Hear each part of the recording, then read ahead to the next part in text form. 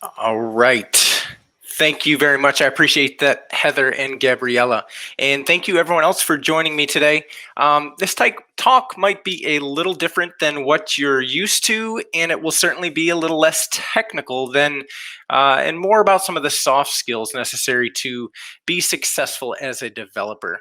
I really enjoy telling stories, and so in this session, I will be sharing just that, a lot of stories about various things that have happened to me throughout my life and as part of living where I do live, and how I've used those things to become a better developer, to become a better employee, to become a better friend, family member, person overall. So I hope you'll find this session entertaining. And perhaps there is a thing or two that you will learn or find helpful or applicable to your life and career. So, I was born in the beautiful city of Cleveland, Ohio. Now, to be fair and perfectly honest, it was a lot less beautiful than in the 70s and 80s than it is today. But these days, it is really a beautiful city. There's tons of things to do, tons of culture, tons of entertainment, some of the best restaurants you're going to find in the Midwest, to be honest with you. And also one of the worst football teams in the NFL, but we are loyal and diehard fans, and we stick with them anyways. Um, so I grew up in the suburbs, but as a kid, I always loved to go downtown and go to a baseball game or go shopping or see a show, go to a museum. I was just in awe of like the tall buildings and the lights and the smells and the sounds. I mean, even just like crossing the street was an adventure when you were in downtown. And from pretty early on, I was pretty convinced that one day I wanted to live in the heart of all this and be a part of it. Um, Little did I know what my life had in store for me. So by the time I was 20, I was living in a city in called North Olmsted, Ohio, which is a small suburb of Cleveland on the west side, a little bit southwest. It wasn't technically the city, it wasn't downtown, but it was really affordable and it was only about 20 minutes away from downtown. So if I wanted to go down there, I could easily get down there. So I wasn't really sure what I was going to do with my life up till this point, and I had taken a job working at AT&T as a summer helper for a crew that did telecom repair work. Now, that position was every bit as glamorous as it sounds. Um, and to be honest with you, there's not a ton of memories that I have from the day to day of that job, but there is one particular memory that sticks out in my mind. So my job as a helper basically entailed me riding along with one of the more experienced members of the crew and pretty much doing whatever it is they wanted me to do. So, on this particular day that I can remember, I was assigned to work with one of the more, I guess you could say, grizzled veterans on the crew. Um, so we pulled up to this manhole in downtown Cleveland, and we hop out of the truck, and he hands me this rusty yellow hook that we use to pop the manhole lids. Now, coincidentally, that's one of the tasks that many of those linemen gave me to do that year. I don't think they like doing that after 30 years of doing that themselves. So I grab the hook and I pop the lid and I pull the manhole lid, and I get it. I get it off the manhole, and the manhole is full of water. Now, I'm pretty sure that a lot of the veterans that I worked with there absolutely loved to see that sight because that meant that they could usually just drop a pump in the manhole, grab a cup of coffee and a newspaper, and kick their feet up on the dashboard and wait for 45 minutes and hang out and chill out while the manhole pumped. But on this particular day, we pumped all the manhole water out of the manhole, and I remember it being particularly large. And at that point, the lineman that I was working with, he hands me this paper suit. Um, and that usually meant that things were about to get kind of dirty and unpleasant. So I put on the paper suit, and I put on my rubber boots, and my gloves and my hard hat and my goggles. And I'm just at this point just dripping sweat. And I hadn't even done anything yet to start the day. Um, at this point, I kind of felt like Marty McFly from Back to the Future, for those of you who remember that movie. So the lineman, he then hands me this little coffee can, like these rusty old coffee can about this big. And he kind of grunts and gestures and, tells me to go down in the manhole. So I get climb down the ladder into the manhole, and it's just musty and humid and just dank and nasty down there, right? And I look up at him, and it's really deep. So I look up at him, and there's this little hole, and I see the light coming through, and he leans over, and all of a sudden I see this 5-gallon bucket coming down the manhole on a rope. And I'm still like, what am I doing here? I don't have any idea what I'm supposed. So I look up, I say, okay, now what? And he's basically, my job for that day was to take that coffee can and scoop the mud from the bottom of the manhole and the muck and the just nastiness from the bottom of the manhole and load it up into that bucket. And so I'm pretty sure I kind of blacked out at that point, and I really don't remember much about the rest of that day. But I did kind of learn a lesson that day, and I think that lineman, in his own way, was kind of showing me. Yeah, part of it was hazing, but I think he was kind of showing me that, like, hey, if this is what you want for the next 35, 40 years of your life, then that's cool. It's an honest living. It's nothing at all wrong with blue collar type living. But he was kind of showing me in his own special way the reality of that job. And like I said, it's an honest living, but I don't think it's one that I'd be happy with, for the next 30 years. So by my mid-20s, I had gotten married and moved to the lovely suburb of Medina, Ohio, which is a little bit south of Cleveland. So I still loved the city, but now my life kind of included lawnmowers and snowblowers and flowers and tree trimming. And, to tell you the truth, I was okay with that. We were starting our family, and it's a lot safer and a lot cheaper to live in the suburbs. And the kids' school was literally like 10 houses down the road. So, it was a good place to be. And, like I said, downtown was still just a drive away. Now, the suburb life was pretty awesome. But along with that life for us came a lot of stress. So it always kind of felt like we were trying to keep up with the Joneses. And it just eventually got to a point where my wife and I kind of decided we need to make a drastic change. Our kids were growing up kind of really quickly. So we needed to make a change. And in 2014, we ended up moving to what I like to call about 30 minutes from the middle of nowhere to a town called Blairsville, Georgia. Now, Blairsville is this quiet town in northern Georgia on the edge of the Blue Ridge Mountains. It's very rural, and life is kind of what you might say behind the times in some aspects. But it's really just the kind of change of pace we needed. And certainly, it's just about as far away from the city life that you can get. So we purchased 6.5 acres in the Chattahoochee National Forest and quickly built a barn and increased the size of our family with a vast amount of four-legged and feathered friends.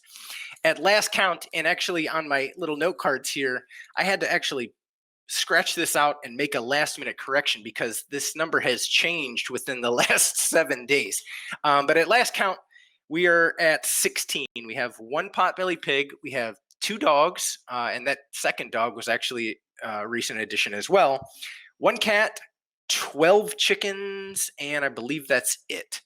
So, I never would have pictured myself living, owning a barn and living in the national forest. And, but I love my life. I've learned so much from this experience, and that who knows, I might never have learned otherwise.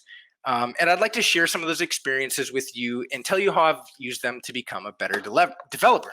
So, the first lesson that I learned involved a particularly, shall we say, scary incident for me. So one of the things that nobody tells you when you move into the middle of a national forest with a really wooded lot is that you will be fighting a constant battle with those trees. um, down branches, down trees. This is going to be a never ending fight for you, never ending source of grief, which means that typically you'll end up with a brush pile, and about every 4, 5, 6 months, you need to burn that brush pile. So, one of the first times I attempted to burn such a pile was not especially successful. Um, my first failure on this day was so spectacularly embarrassing that it's kind of hard to talk about, but thankfully it turned out a lot better than it could have. So, on this day, the brush pile was kind of wet. So I was having a little bit of trouble getting it started. So what I decided to do, I thought was a bright idea, was to, grab a gas can and kind of try to help it along a little bit. So I grabbed my plastic 5 gallon gas can and, I come over and it's kind of smoldering a little bit. And just in my sheer, utter, ridiculous lack of thought, I douse this can of gas onto the fire. And just like you'd see in the movies, just like you can probably imagine would happen, um, the flames start coming up the actual, stream of gasoline, and the gas can itself catches on fire in my hands. So, in my sheer panic, which is not like me. Typically, I'm pretty calm and especially under kind of hectic situations, I'm usually pretty calm. So in this particular situation, I take the gas can and I fling it about 10 feet away from me. So now, just as you can imagine, I not only have a burning gas can, but I also have a 10-foot stream of burning leaves from the brush pile to the gas can. So at this point, my brain still not functioning, still not working. As I said, I'm in the northern part of Georgia. And if you're not familiar with the geography of the United States, that's in the southern United States. I decide that the best idea at this point would be to call my buddy who is a firefighter in Northern Virginia, which is now I'm not a geography expert, but probably 300 to 400 miles, maybe more, away from me. But he's a firefighter, so I think if anybody will know what to do, it's him. So I call my buddy John and I say, here's what happened. So after a few expletives and well-deserved kind of, um, you know, put downs from John, he tells me, calm down, get a shovel, get a rake, something that you could protect yourself with, and just kind of rake it into the fire and let it burn its way out. So I do that and no problem, get it under control. And I wish I could say that at that point my day was done, but I spent the next hour or so fighting the ring of dry leaves that were around my fire brush pile. So as you're burning, you're kind of going around it. So, basically, this lesson teaches us a whole hell of a lot about the importance of proper preparation. And, after being a developer for 16 plus years, I've learned that being prepared to work on an application by gathering the proper requirements, getting the user stories, all of these types of things can certainly reduce the amount of headaches and code rewrites later on. But I think another lesson that can be learned from my moronic behavior was to anticipate failure when developing applications and being responsive and learning from those failures. So what does it mean to anticipate failure? Well, if your application is consuming a third-party API, have you put a system in place that can handle outages from that third-party API? What if that API changes? What if they start returning something different tomorrow? What if it's a little slower than it normally is to respond? Have you put a system in place to handle these types of things? What about traffic spikes? If your site was on the front page of Reddit tomorrow, can your infrastructure handle the load that comes along with that? What about your own services? Can your application handle outages of internal services? Or are your services too tightly coupled and interdependent on one another? So how can we make sure that each failure is accommodated? Well, one way is to make sure that we have a full suite of tests in place to model every potential failure in our application.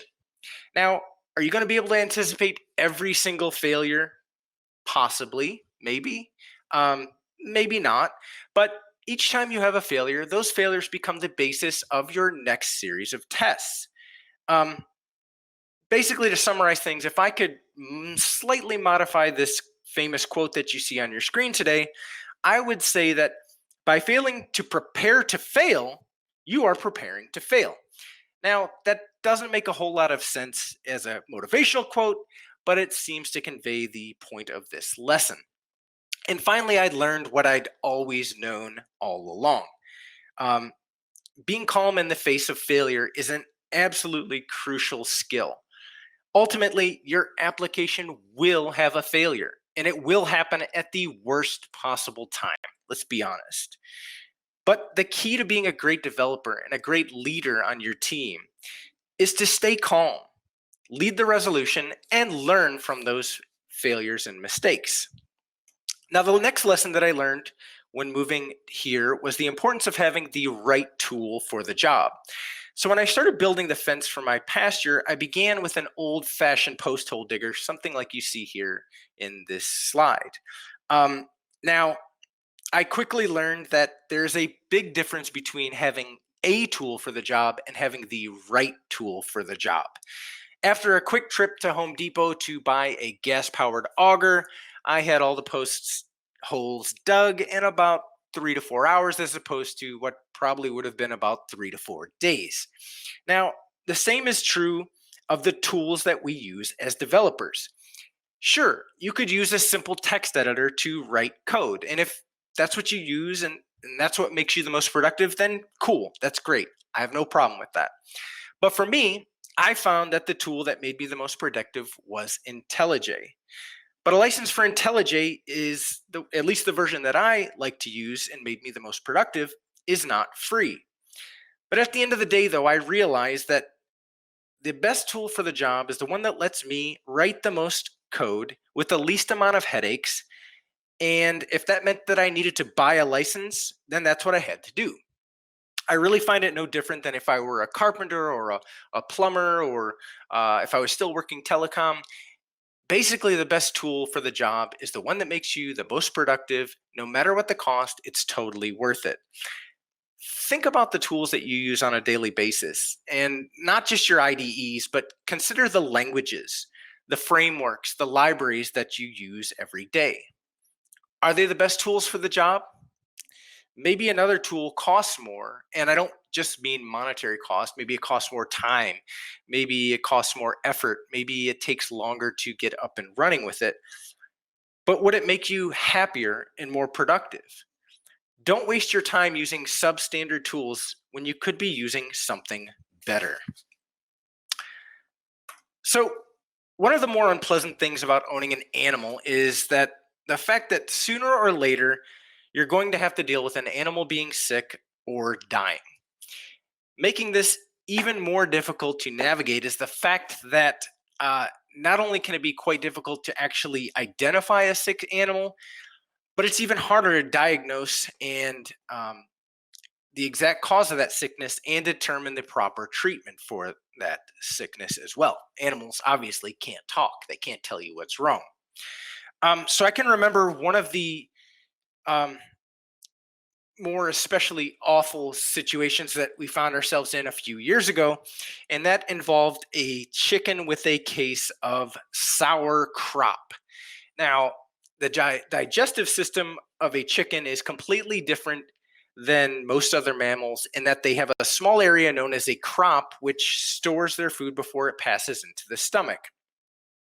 Unfortunately, sometimes that crop can become what's called impacted, blocked, or infected. And that's actually what happened to our chicken. The treatment for this condition is especially disgusting and sometimes can require the owner to manually evacuate the crop several times a day, as well as having to administer antifungal cream to the chicken orally. So imagine trying to take a chicken's beak and separate it and inject with a syringe some antifungal cream into their mouth and getting them to actually swallow that. Um, it was pretty rough. And I'm quite sure that when I was a wide eyed 8-year-old child looking up at the bright lights of the city in Cleveland, Ohio, and just being amazed, I'm pretty sure that the words evacuating a chicken sour crop never, ever crossed my mind. But you do what you have to do when you have these situations, often without a thought. Now, there are, of course, times where you are unable to nurse a animal back to health, and obviously those are especially difficult as well. So, what can be learned here? Well, not just as a programmer, but in all walks of life, you will rarely gain anything worthwhile or memorable if you choose to stick with what is easy and comfortable.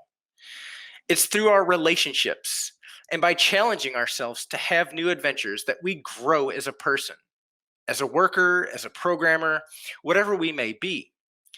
Challenge yourself. Push yourself to try new things, to learn a new language, to use a new framework. Apply for a job at a company that you never imagined would possibly hire you. If you don't push yourself outside of your comfort zone just because you're afraid of what may happen when you do, then you'll never achieve those dreams. Don't let the pain of past failures keep you from stepping out and trying again. Now, another lesson that I learned very quickly when I moved 600 miles away, and I'm going to try to speed things up a little bit here, so I apologize. I realize I'm coming up on time, is that it's really difficult to be really successful without friends and family nearby. And I suppose I took that for granted when I lived in Ohio and could always have a friend or a family member come by to help me out. And on top of that, it's even more difficult when you move to a small town, especially in your late 30s, an area that not a lot of people move into. It's really hard to make friends. But in the years since that I've moved here, I've made some really awesome friends, and really I kind of tie this into the fact that it's hard to move really far away from home, especially to a small area. But the point of this is this, and this is probably the best advice that I can give to any of you watching right now. The people that you associate yourself with at the place that you work and on the side projects and things that you choose to be a part of are the best resources that you will ever have. Surround yourself with people that challenge your traditional ways of thinking, that make you think differently. People that push you to be a better developer by asking the difficult questions. People that provide you positive and constructive feedback when warranted and tell you when your ideas suck when they do suck. Because let's be honest, sometimes we all have ideas that suck. Never underestimate the power of making friends, honestly.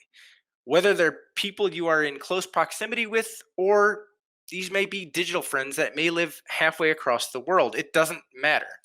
The best things that have happened to me in my career have been a direct result of some of the relationships that I've made along the way. Now, the last story I want to share with you is about the day I walked into my laundry room and I saw a little bit of moisture in the ceiling. And my first reaction was to grab a hammer and start pounding away. And because obviously I had a leaky pipe in the ceiling, right? And as you can see here, the top picture on this slide is what I saw the first time I walked in there. So I start hammering away and I start peeling away and I'm looking and there's no pipe leaking. And I have no idea where this water is coming from. So my daughter's bathroom is right above it. So I go up there and at this point, we're looking like the bottom picture there. So I've got quite a mess here that I have to clean up. But hey, I really freak out about this water leak, so I want to get it fixed. So it turns out it's the supply line from the toilet, from the water line to the toilet in my daughter's bathroom. There's no leak in the ceiling. I've torn out all this drywall when I probably didn't have to. And so I start cutting the drywall, and all of a sudden I hit a power wire, and now I've got three problems. And so my point being here, and the story that I try to relate here is um, I prematurely optimized, right? I had three problems now where I really just had one before. Did I even need to cut the drywall? Maybe not. If I'd have replaced this leaky supply line and just put some kills paint up there, probably would have been good enough. And my point is that um, we premature optimize sometimes way too much. Do you need a microservice architecture tomorrow? Do you need to design for 1 million users tomorrow? Maybe, but maybe not. Maybe you should focus on getting full test coverage. Maybe you should focus on a really good user experience, a really good user interface, a really solid code base that's easy to work with and easy to maintain, and a nice scalable cloud architecture that can grow with your project. And basically, I'm condensing things for time here, but my point is try to avoid premature optimization. Remember, the principles of Yagni and KISS. Keep it simple. You ain't gonna need it. Just try to focus on creating a good experience for the user and let the things fall in place after that. I appreciate you joining me here. I hope you will consider donating. It's a really great cause. Thank you for having me so much. And here's my contact information. If you would like to talk any further, get a hold of me and follow me on Twitter, whatever you want to do. And once again, thank you so much for having me and take care. Have a good one.